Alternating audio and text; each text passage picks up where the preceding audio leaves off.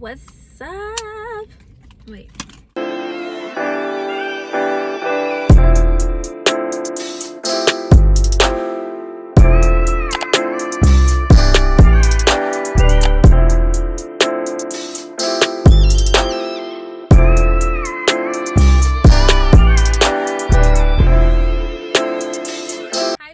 Welcome back to my YouTube channel, #NurseGoals. It's me, Jamicia, and I'm back with another video. Now, here in this community, we focus on education, experiences, emotional stability, and every extra thing that people really don't want to talk about that goes down in nursing school.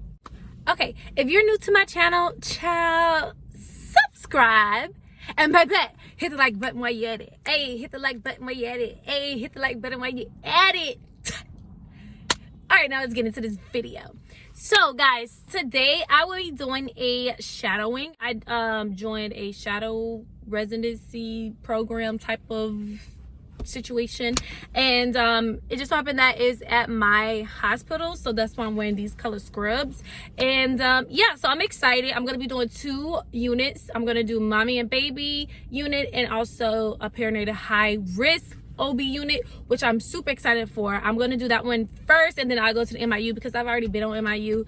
But I was at another location, and then the lady was like, well, you need to come over here and see if you like this one. So I'm like, okay, I'll just come over here and see, you know, if I like it. The shadowing is 4 hours per unit. So I asked her to let me do the perinatal one first because I want to just, you know, people are going to be up, and, you know, I just want to spend my first 4 hours doing something exciting, something new, and not doing something that I've been doing. Which you guys know, I did a video on my practicum, and it was too much. I ain't gonna lie, it was a lot of stuff going on. It was busy, but it just wasn't something that I enjoyed doing constantly. Some days I'll have good days, some days I won't have good days, but majority of the days were not good, and I don't want to be in a facility or be doing a specialty that I do not enjoy doing, and especially if I have the option not to do so. So yeah, so I'm super excited about this shadowing. Obviously I cannot record while I'm in there, so I'll just come back in here and then let you guys know how my experiences are. If I get a break in between, that'll probably help me a lot better because I can tell you exactly how I'm feeling right after the first one, and then exactly how I'm feeling right after the second one. So y'all stay tuned for this. If you guys know any hospitals around you that are doing this, by all means, I encourage you guys to just, you know, do it. You know, get the experience and just go and see. You never know, you might get a job, you might get an interview, you never know. And at least you'll know either where you want to be or where you don't want to be. And I feel like that's like the best benefit of doing these type of things. And I'm not in a rush, honestly. I'm not in a rush to try to figure out where I want to work, because I know exactly at the end goal of all of this where I want to be. So I just need to figure out which 2 works best for me. So all right, so you guys stay tuned for the next clip. Deuces. Alright, what's up guys? So I got lunch. I ended up not being able to stay on the unit for 4 hours, but for 3 hours, since COVID numbers have increased, they subtracted an hour from me.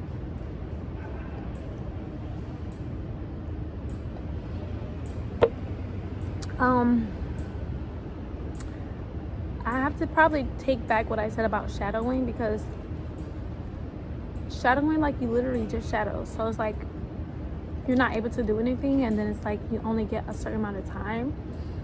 So it's like, how can I show my skills, saying that, hey, I'm eager to do something. I mean, I asked a lot of questions, you know, to show that I'm eager to learn. But I don't know, it was all right. It was pretty slow. I did have a few interesting patients. One of my patients had a mono, so that means both of her babies were born, like her twins were conceived. They were both in the same sac, and they used 1 placenta. So that was interesting. I also had a patient that had a placenta creta, where like the placenta kind of emerged into the uterus, which if they can't get all of the placenta out, then they're gonna have to give the mom a hysterectomy. but she's on her 4th kid, and she's kind of like okay with it. She kind of like, you know, she's understanding, she's accepted it. She's still a little depressed because of course with COVID and stuff, she can't have her kids here. So that's something that's happened. Then I also had a patient that was pre-eclamptic. Her blood pressure was extremely high, but her baby was like not moving for a bit, and like the variables. So what you need is to have like an acceleration, at least 2 in a 20-minute span, and the baby just wasn't doing it. And then eventually, like, so we had to monitor the baby for like 40 minutes, I think, or an extra 20 minutes, and then it was just the baby was sleeping, and then the baby was fine now. And then our other patient, what was wrong with our other patient? As I said, I only had 3 patients.